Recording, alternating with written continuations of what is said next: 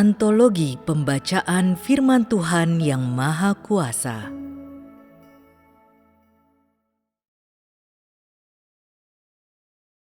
Keberhasilan atau kegagalan tergantung pada jalan yang dijalani manusia.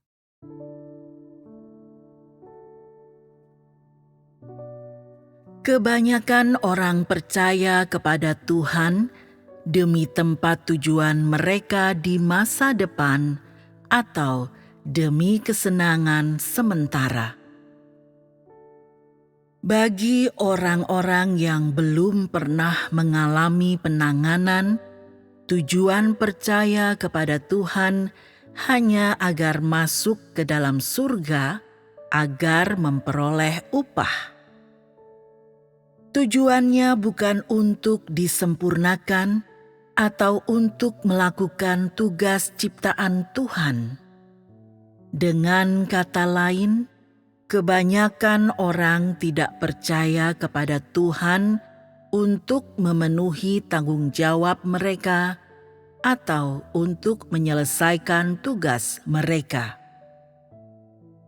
Jarang orang percaya kepada Tuhan untuk dapat menjalani kehidupan yang berarti, dan tak seorang pun percaya bahwa kalau manusia hidup, ia harus mengasihi Tuhan, sebab demikianlah hukum surga dan prinsip bumi, dan demikianlah panggilan alami manusia.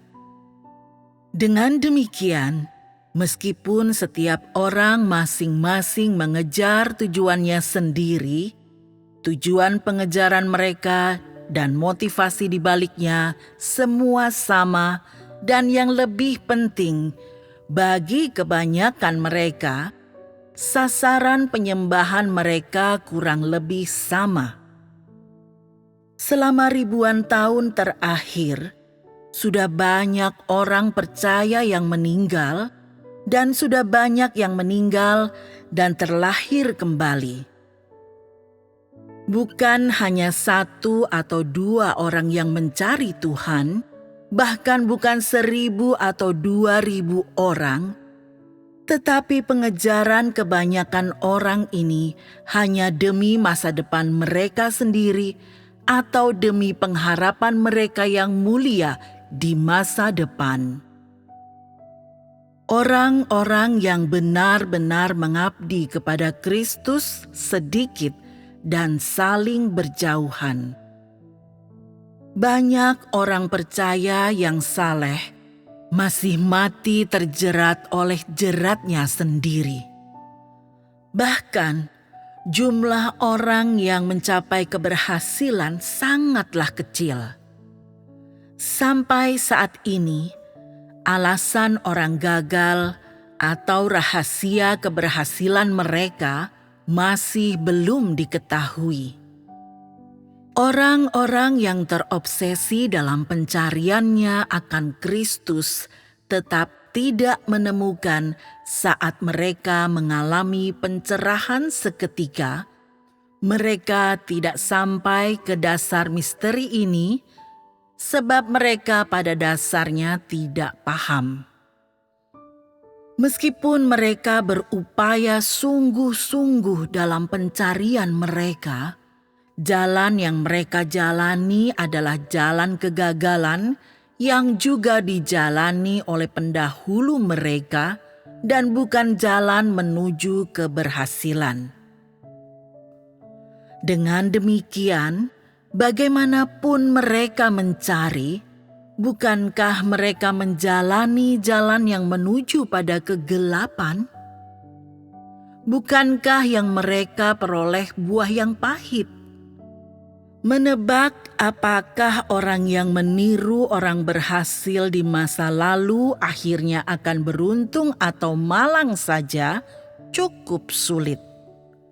Betapa lebih buruk kemungkinannya bagi orang yang berusaha mengikuti jejak orang yang gagal.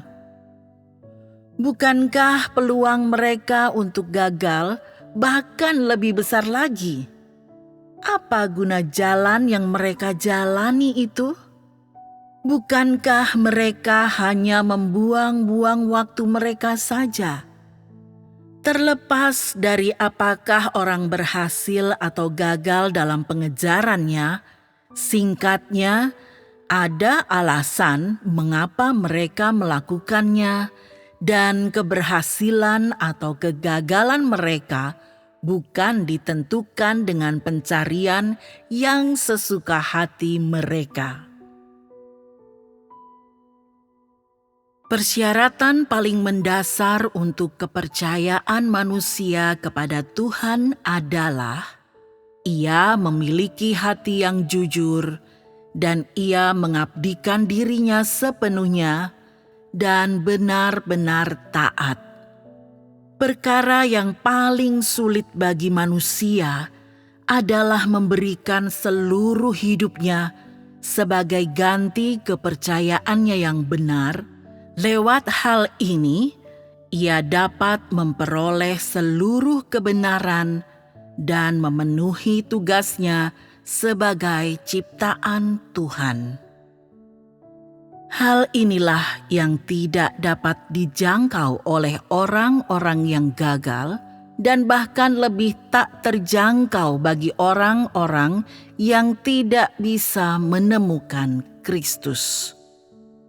Karena manusia tidak cakap dalam mengabdikan seluruh dirinya kepada Tuhan, karena manusia tidak bersedia melakukan tugasnya kepada Sang Pencipta, karena manusia sudah melihat kebenaran, tetapi menghindarinya dan berjalan di jalannya sendiri, karena manusia selalu berusaha mengikuti jalan orang-orang yang sudah gagal, karena manusia selalu menentang surga. Dengan demikian, manusia selalu gagal, selalu terjebak dalam tipu daya iblis, dan terjerat dalam jeratnya sendiri. Karena manusia tidak mengenal Kristus, karena manusia tidak cakap dalam memahami dan mengalami kebenaran, karena manusia terlalu menyembah Paulus dan terlalu menginginkan surga, karena manusia selalu menuntut agar Kristus menaatinya dan selalu menyuruh-nyuruh Tuhan. Dengan demikian, para tokoh besar itu dan orang-orang yang telah mengalami perubahan-perubahan dunia tetap fana dan tetap mati di tengah hajaran Tuhan. Aku hanya dapat berkata bahwa orang-orang seperti itu mati dalam kematian yang menyedihkan, dan bahwa akibat yang mereka terima, kematian mereka, bukan tanpa alasan. Bukankah kegagalan mereka malah lebih tak dapat diterima oleh hukum surga? Kebenaran berasal dari dunia manusia, tetapi kebenaran di antara manusia disampaikan oleh Kristus. Kebenaran itu berasal dari Kristus, yakni dari Tuhan sendiri, dan tidak terjangkau oleh manusia. Akan tetapi, Kristus hanya menyediakan kebenaran. Dia tidak datang untuk memutuskan apakah manusia akan berhasil dalam pengejarannya akan kebenaran. Dengan demikian, berarti keberhasilan atau kegagalan dalam kebenaran semua tergantung pada pengejaran manusia. Keberhasilan atau kegagalan manusia dalam kebenaran tak pernah ada hubungannya dengan Kristus, melainkan ditentukan oleh pengejarannya.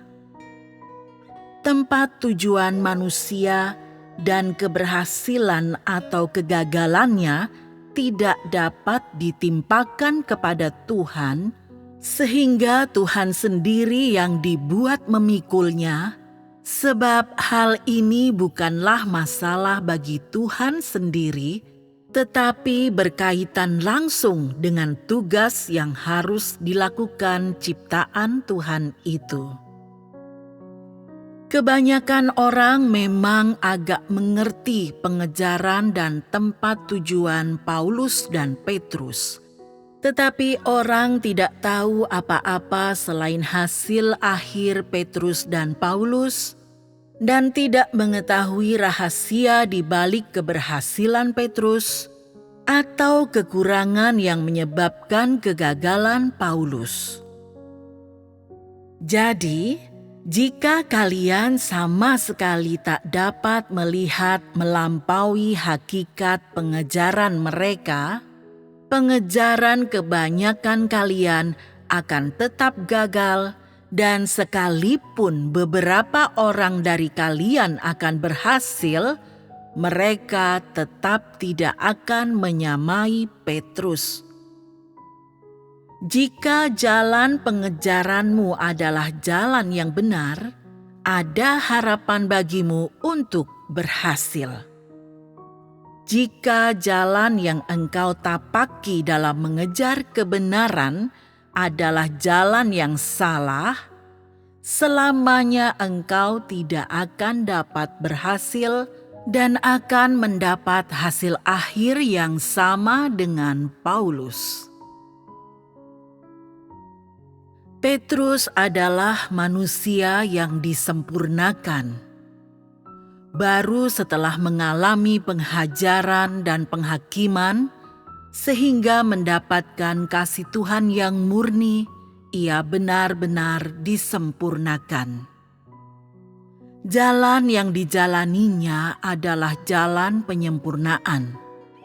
Dengan kata lain, sejak dari awal sekali, jalan yang dijalani Petrus adalah jalan yang benar, dan motivasinya mempercayai Tuhan adalah motivasi yang benar, sehingga ia menjadi seseorang yang disempurnakan.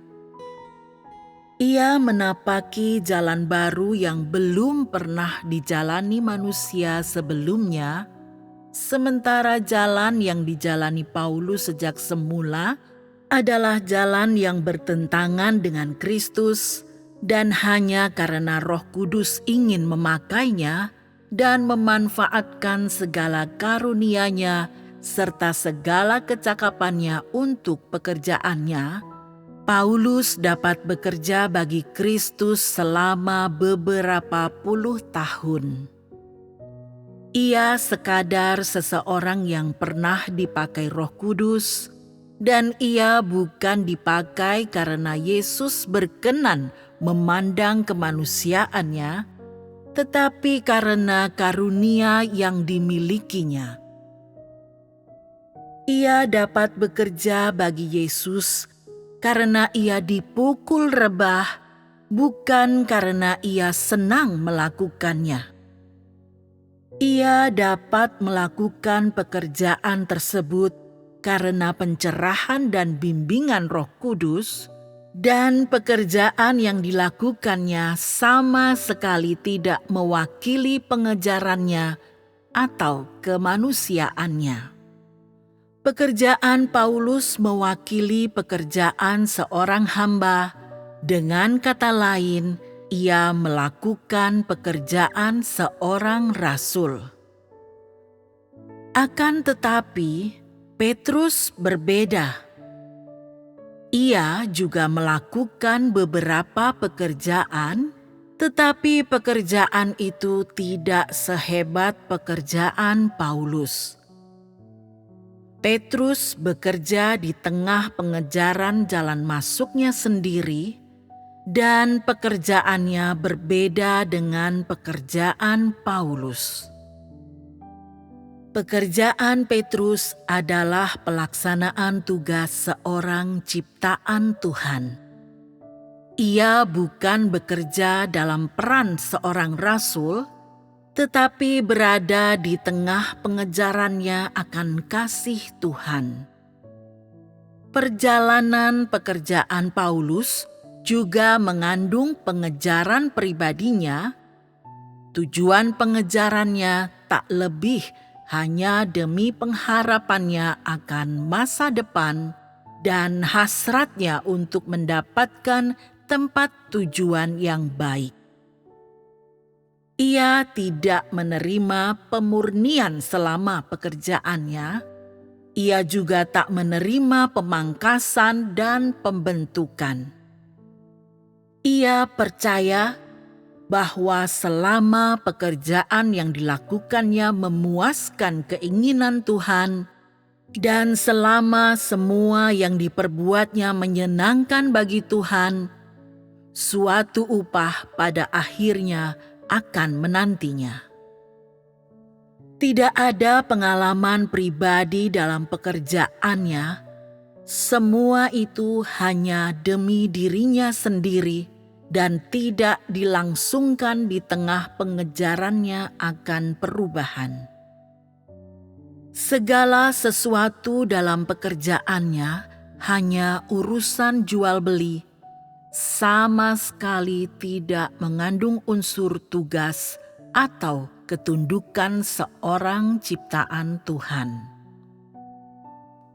Dalam perjalanan pekerjaannya, tidak terjadi perubahan pada watak lama Paulus.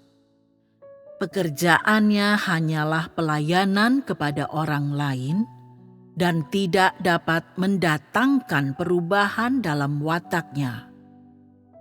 Paulus melakukan pekerjaannya secara langsung tanpa pernah disempurnakan atau ditangani, dan ia dimotivasi oleh upah. Petrus berbeda.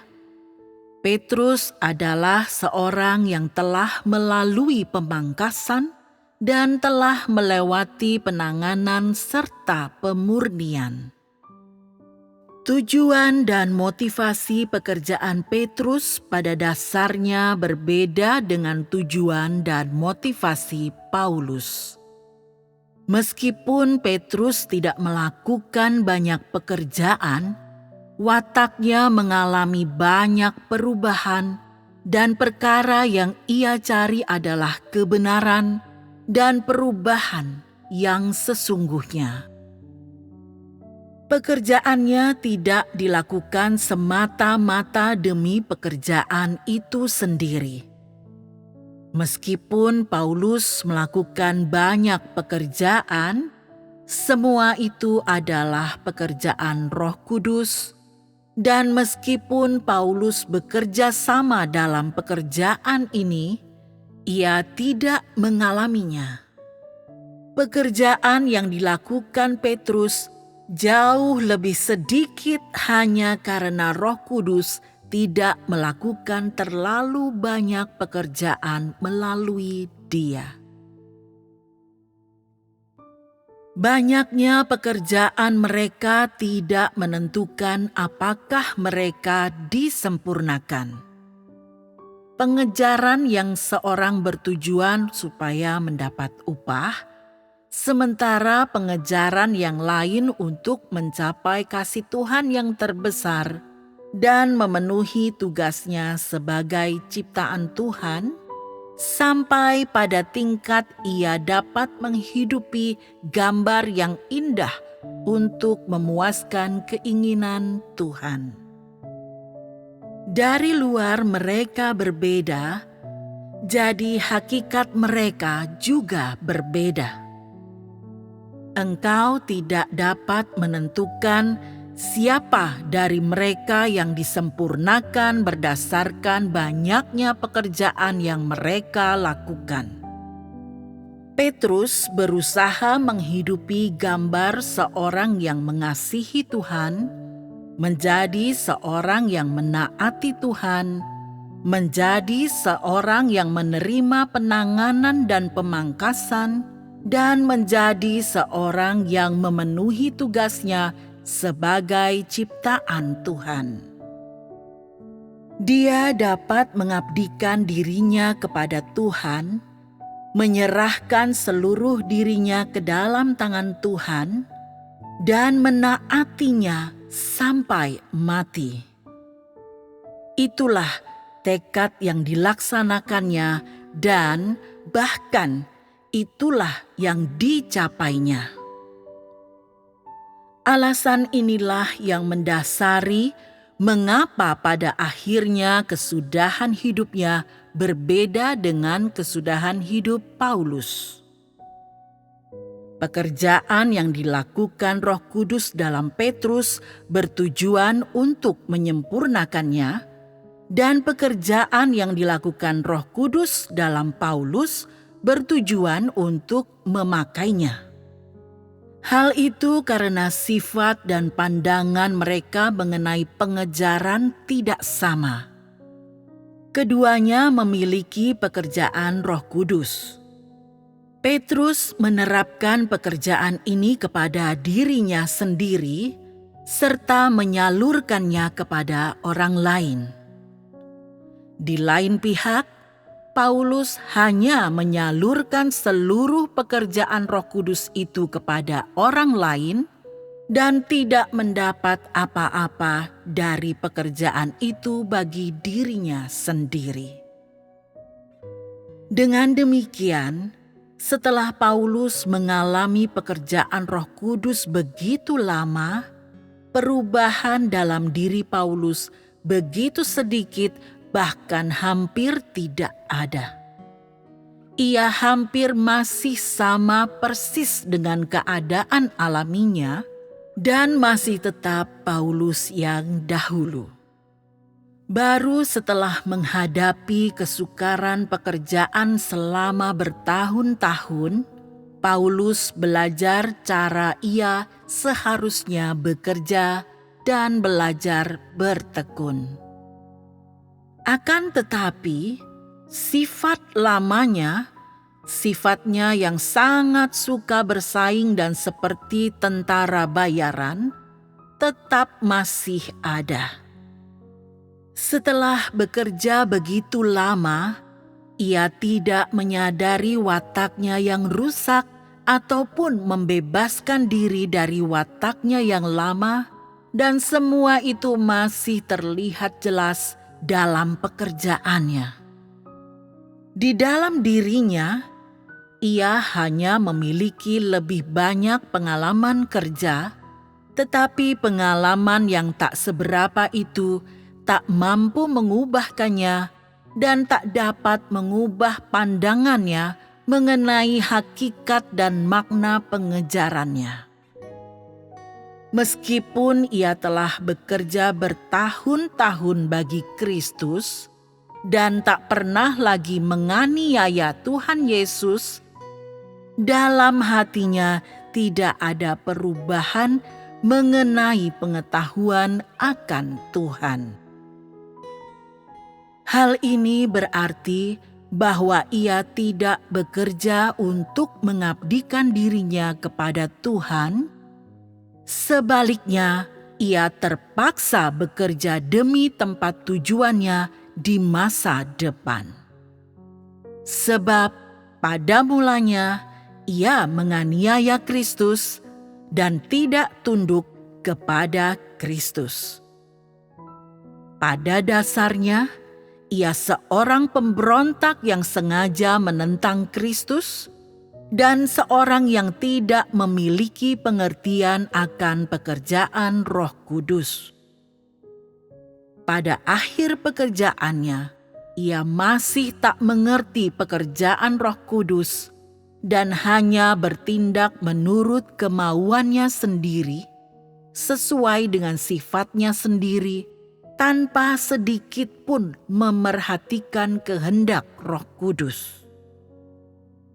Jadi, sifatnya pada dasarnya bermusuhan dengan Kristus dan tidak menaati kebenaran. Seseorang yang seperti ini, yang telah ditinggalkan oleh pekerjaan Roh Kudus, yang tidak mengerti pekerjaan Roh Kudus, dan yang menentang Kristus, bagaimana mungkin orang seperti ini dapat diselamatkan? Dapat tidaknya manusia diselamatkan bukan tergantung pada berapa banyak pekerjaan yang ia lakukan atau berapa banyak ia mengabdi, melainkan ditentukan oleh paham tidaknya ia akan pekerjaan Roh Kudus, dapat tidaknya ia melakukan kebenaran, dan selaras tidaknya pandangannya tentang pengejaran dengan kebenaran. Walaupun penyingkapan alami memang terjadi setelah Petrus mulai mengikuti Yesus, dalam sifatnya ia sejak semula adalah orang yang bersedia tunduk pada Roh Kudus dan mencari Kristus. Ketaatannya kepada Roh Kudus bersifat murni.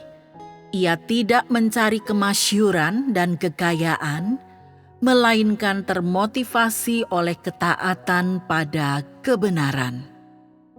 Meskipun ada kejadian ketika Petrus 3 kali menyangkal mengenal Kristus, dan meskipun ia mencobai Tuhan Yesus, sedikit kelemahan manusia seperti itu tidak ada kaitannya dengan sifatnya dan tidak memengaruhi pengejarannya di masa mendatang, dan tak cukup membuktikan bahwa pencobaannya adalah tindakan anti-Kristus. Kelemahan manusia normal dimiliki semua orang di dunia.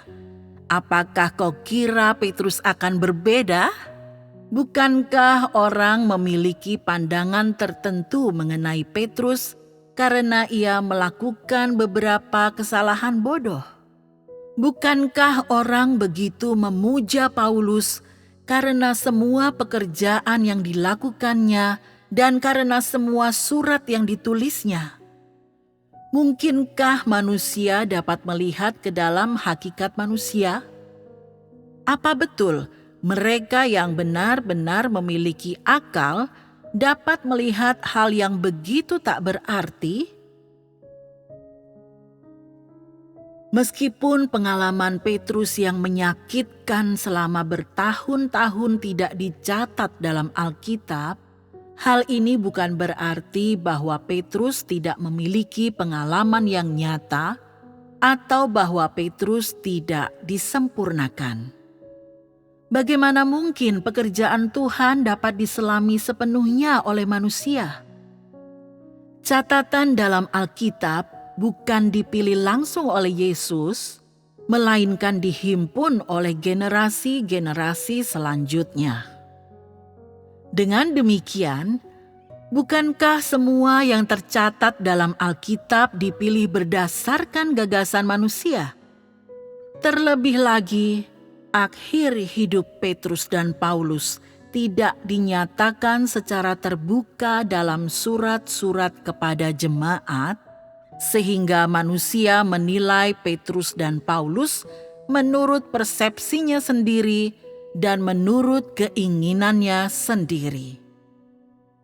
Karena Paulus melakukan begitu banyak pekerjaan, karena kontribusinya begitu besar, ia merebut kepercayaan massa. Bukankah manusia hanya berkonsentrasi pada hal-hal yang tampak di permukaan? Bagaimana mungkin manusia dapat melihat ke dalam hakikat manusia? Belum lagi, mengingat Paulus telah menjadi objek penyembahan selama ribuan tahun, siapa yang berani gegabah menyangkal pekerjaannya? Petrus hanya seorang nelayan. Jadi bagaimana mungkin kontribusinya bisa sebesar kontribusi Paulus? Berdasarkan kontribusinya, Paulus sudah semestinya dihargai di atas Petrus, dan ia sudah semestinya lebih layak mendapat perkenanan Tuhan. Siapa yang menyangka bahwa dalam perlakuannya kepada Paulus, Tuhan sekadar membuatnya bekerja melalui karunia-karunia-Nya, sementara Tuhan menyempurnakan Petrus.